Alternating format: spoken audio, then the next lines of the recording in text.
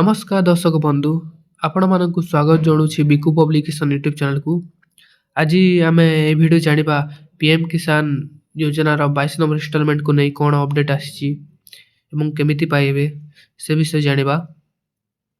ଜାଣିବା ପୂର୍ବରୁ ଏହି ଚ୍ୟାନେଲକୁ ଗୋଟିଏ ସବସ୍କ୍ରାଇବ୍ କରି ରଖନ୍ତୁ, କାହିଁକିନା ଆମେ ଏହି ଚ୍ୟାନେଲରେ ଗୋଟେ ଇନଫର୍ମେଟିଭ୍ ଭିଡ଼ିଓ ଛାଡ଼ୁଥାଉ, ସେଥିପାଇଁ ସବସ୍କ୍ରାଇବ୍ କରି ରଖନ୍ତୁ। ତ ଭିଡ଼ିଓକୁ ଷ୍ଟାର୍ଟ କରିବା।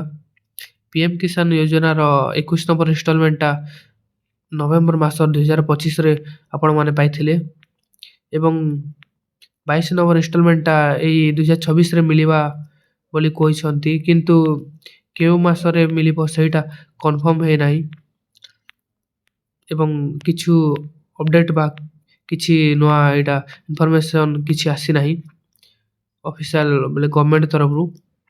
କିନ୍ତୁ ରିପୋର୍ଟ ଅନୁଯାୟୀ ଜାନୁଆରୀରୁ ମାର୍ଚ୍ଚ ମାସ ମଧ୍ୟରେ ଆପଣମାନଙ୍କୁ 22 ନମ୍ବର ଇନଷ୍ଟଲମେଣ୍ଟଟା ପାଇପାରିବେ ବୋଲି କହିଛନ୍ତି ଏବଂ ଏହି ଇନଷ୍ଟଲମେଣ୍ଟଟା ଆପଣମାନେ କେମିତି ପାଇବେ?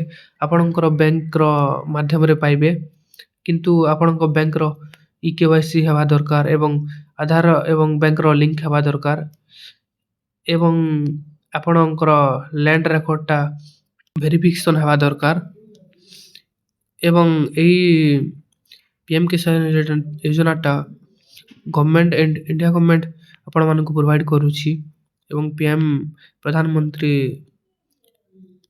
ନରେନ୍ଦ୍ର ମୋଦି ଆପଣମାନଙ୍କୁ ପ୍ରୋଭାଇଡ଼ କରୁଛନ୍ତି। ଏଇଟା କେବେ ଷ୍ଟାର୍ଟ ହେଇଥିଲା ନା, ଏଇଟା 2019 ମସିହାରେ